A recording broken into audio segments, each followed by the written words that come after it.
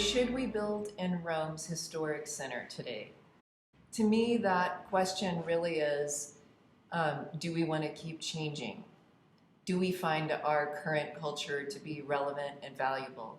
And when you consider a place like Rome and understand that it has been rebuilt and built upon for thousands and thousands of years, to me the answer is yes, we should. How should we? I think that that's, to me, an obvious question. We should build as carefully as we would build any place else. So maybe the kind of embedded aspect of how is that a stylistic one? Maybe. And my response is, relative to that, would be, well, I don't think that we should be emulating something from the past, a language from the past, but really should be thinking about how do we honor a place with our current cultural understanding and ideology, a sense of technology and materials that come from today. And how do we then fit into that? One of the best cities I've seen in the United States that does that is Philadelphia. Philadelphia is one of our oldest cities. And in the downtown area, they have had some beautiful pieces of architecture that have been inserted into historic contexts. So that's how I guess that's my perspective on how do you build in Rome's historic center. And I think the other last bit I would say about that is, with all architecture, I think that we need to come to the places that we build and design for with humility. If we can't come to build or design with humility, then I think that we do have a problem no matter where we are.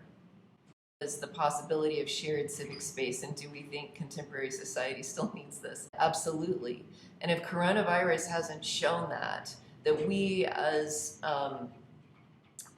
just being human need to interact with each other, that need for kind of one-on-one or face-to-face, or especially with, we see with the Italians how amazing they are as a group of people, and expressing to one another in great physicality how they feel, how they miss each other, how they love each other, how they laugh at each other. Without civic space, then we don't have those opportunities. And the other aspect about civic space is really we all need to continue to have dialogue with each other. To have the opportunity to express how we think about certain ideals, how we think about each other on personal levels, and that one-on-one, just in the way that we've evolved as creatures, hasn't changed.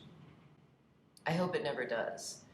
So, do I think it's possible to achieve social justice and equity through architecture? That's a really complicated question. Obviously, social justice and equity can be achieved through certain buildings. In other words, making, say, better housing available for those who maybe in the past it has been looked past, that it's not been available to them. We can see that as an idea in the Rural Studio that was founded by Samuel Mockbee. That is exactly what he was after when he founded the Rural Studio. One of the amazing things that he said, and he said to me many times, and I think that if you find recordings of his talks, that he said he founded the Rural Studio because he needed to pay for the sins of his fathers. That was long before people were marching down streets, other than Selma, which he witnessed as a child. So yes, I think that it can be possible. But I think that also on other levels, so maybe not just in the way that Mockbee was thinking about it or addressing it is also possible. I think that architecture, especially in public conditions, is something we always need to think about, is how do you create a democratic space? How do you make space that's not exclusive? How do we make space that creates opportunities for multiple types of interaction and for people to not feel that they are not being considered or that they're being excluded in certain ways? And I think that that can be addressed at small levels. So it could be expressed in the idea of a public bathroom. It could be expressed in an oratory hall. And when I say expressed, I'm not just talking about like pictorial, but thinking about how do people move through the space? How do they sit? How is it going to be organized? So yes, I think that that's possible. And I also think about it in architectural language, which is part of what I was alluding to when I was talking about Rome's historic center, that we not just think about working in an old language, but that we think about how something is built and expressed in a way that doesn't demean or doesn't support all of the people.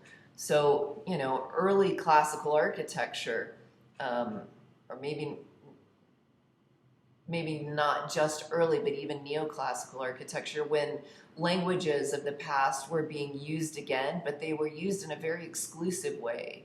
When we think about today, that a lot of the historic statues that are being removed from parks in the United States, do I think they should be removed? Yes, I do.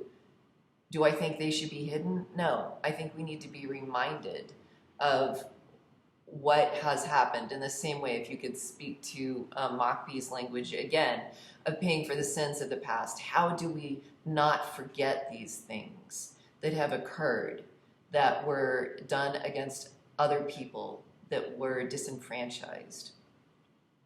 Last question. So, do I think it's more important that a building be sustainable, meaningful, or beautiful? I don't think that any of those is more important than the other. I think that that is ultimately our responsibility as designers and architects, is to equally address all of those things. That is the challenge.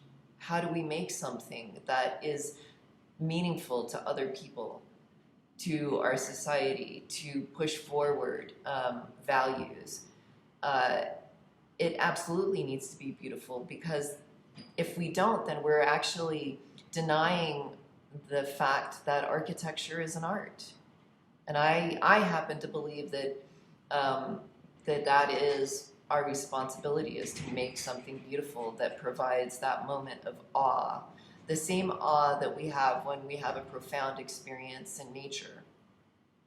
And sustainable is absolute. I mean, we can see what's going on with the planet right now, and it is a battle every single day. I can tell you, because I'm practicing in a very kind of standard sort of way to convince people that they need to make better choices.